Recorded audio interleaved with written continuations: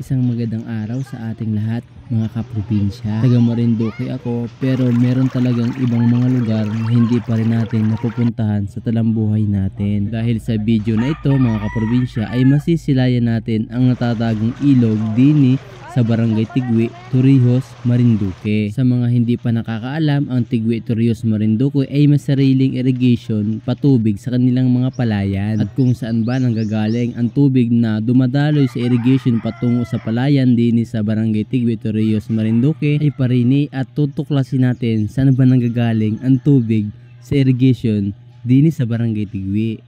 Sobrang kainitan, mga kaprobinsya. Nandito nga pala kami ngayon sa Barangay Tigwi. At may binisita kaming isang kamag-anak namin. Napalaban tayo. Grabe. Tirik na tirik yung araw. Talagang medyo nahangos talaga tayo. So, mag-explore pa tayo dun sa lugar kung saan tayo pupunta. Kung meron tayong mga gandang makikitang tanapin dun. So, tara. At sa sobrang habang mga kaprobinsya nung nilakad namin ay may nadaanan tayo ditong isang bahay. Nauuhaw na tayo. Nauuhaw na tayo bigla. Ate, magkano tubig? Oh wow, init.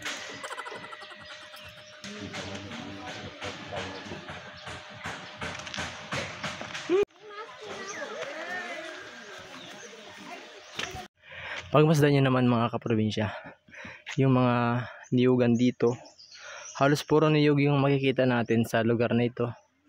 Ayan o. Nariman din, mga kaprobinsya, yung inagalutuan ng lukad o. Yan o. Yan yung bakas ng kasipagan ng ating mga kababayan. Diyan sila nagluluto ng niyog na kanilang nakukuha sa bawat bunga na nakikita natin dito. Medyo napalaban talaga tayo. Sabi nung pinuntahan namin, malapit lang. Mga kalahating oras na kami naglalakad. Grabe. Anong layo pala, mga kaprobinsya.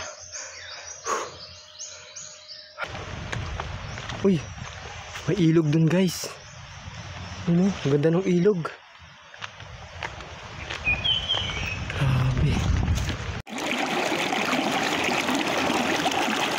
Napakalalaging bato. Nagdadaanan natin, guys. Ayan, oh. Tapos, napakalakas ng lagas ng tubig. Ayan, oh. Hanggang dun sa baba. Sabi nila, meron pa daw magandang spot dun sa taas. So, pupuntahan natin yon. Siyempre, gusto ko makita rin nyo yung pupuntahan ko dito. Kaprobinsya, nandito na kami sa lugar na pupuntahan namin. Ayan. Medyo mapagod talaga.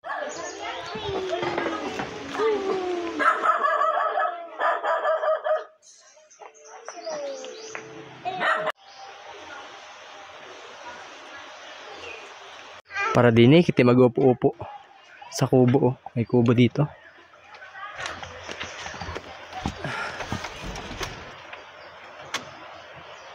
Ira daw yung panghuli ni Tiyo ng hipon ay ibang klase. Kung sa ibang lugar man din ay tain, yung gawa sa nito.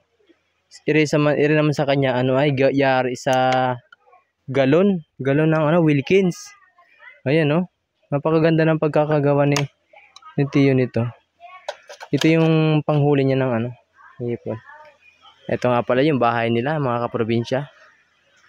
Siguro dito sila naglalaba. Tara, punta tayo doon. May nakita kasi akong damit. Ayun, oh. Dini pala, mga kaprobinsya, talaga sagana-sagana sa tubig, oh. Oh, grabe, ang linaw. Ayan, makikitabi tayo. Tabi po. Ayan, oh. Mga kaprobinsya, grabe. Sulit ang punta natin dito. Maliligo tayo mamaya. Ayan, oh.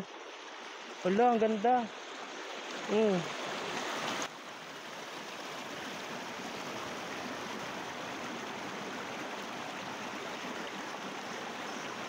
Nagawi tayo banda rin sa may bundok dahil curious ako dun sa lugar. Dahil, mga kaprobinsya, alam nyo ba na napakalinaw ng tubig dito, and then mapapansin nyo yung napakaraming damo sa ilalim po, mga kaprobinsya, ng damo na yan. Nakikita nyo yung mga damo sa paligid natin. Sa ilalim po ng damo na yan ay dyan po sila naglalagay ng taan o yung trough para sa mga hipon. Kasi sa ilalim ng mga damo na yan, nandyan po yung mga hipon na pwede nating mahuli sa lugar na ito. Banda doon, mas maganda doon, At syempre dito sa hindi man umaagos ang tubig.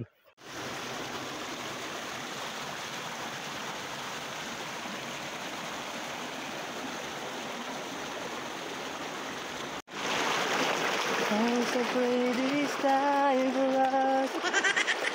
Peace, napakaganda dito guys. I'll never begin to be that time go within.